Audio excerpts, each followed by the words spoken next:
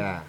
Ini satu keterangan yang jelas tentang sertifikat nomor 6 Desa Rambung tanggal 20 November 1991, peta situasi tidak bernomor.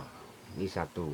Yang satu lagi sertifikat nomor 6 juga ya, Desa Corambung tanggal 16 ya, tanggal 16 Mei 2007. Berarti ini tahun 2007, bukan tahun 91. Luas areal 9.311,0862 hektar. Nah, 0062 garis miring udah digenapkan 10.000 hektar. Nah, ini peta situasi nomor 75 ya. Itu tidak Tadu B. Tadu B di sini. Tadu A. Yaitu nomor 0076 itu Tadu B.